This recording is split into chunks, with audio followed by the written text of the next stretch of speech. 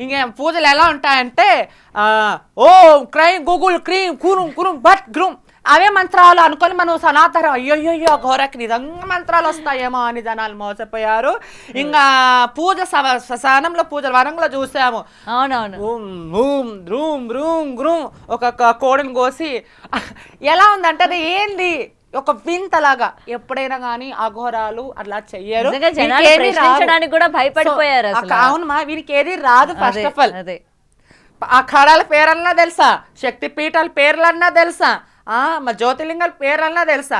అంటే ఇదిగో నేను కాశీలో ఉన్నానండి, మీకు భస్మం చేసేస్తా, మీకు మాయ చేసేస్తా. ఒరే గొట్టంగా, నీకు నిజంగా ఉంటే నన్ను భస్మం చేయరా, ఖబర్దార్.